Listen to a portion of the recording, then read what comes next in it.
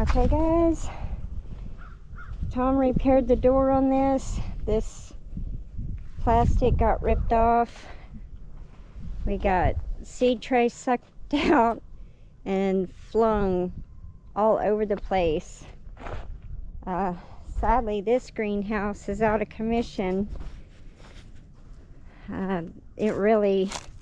This is triple layer plastic, then bubble wrap, and then plastic, and the wind just ripped it to shreds. So this is going to need to be redone. I was just getting ready to get it moved over here and use it. I don't know what I'm going to do now. At least we had taken the anchors out so we could move it, and at least the wind didn't pick it up. But yeah, it's going to need re-plastic, or maybe I need to pray for some polycarbonate. But I got to go down, get the hose, get the greenhouse watered. It sucked all kinds of stuff out and just flung it. There's no telling how much is down that way.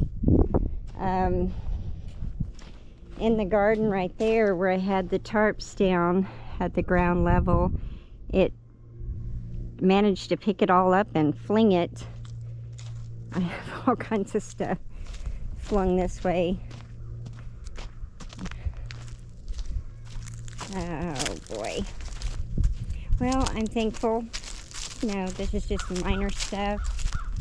So prayer for all the people that lost their homes. I guess I lost that tree completely. It's gone.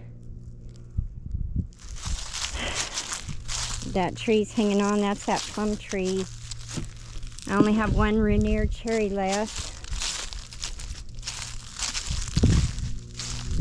Well, I don't see any seed trays or any of those little things along here.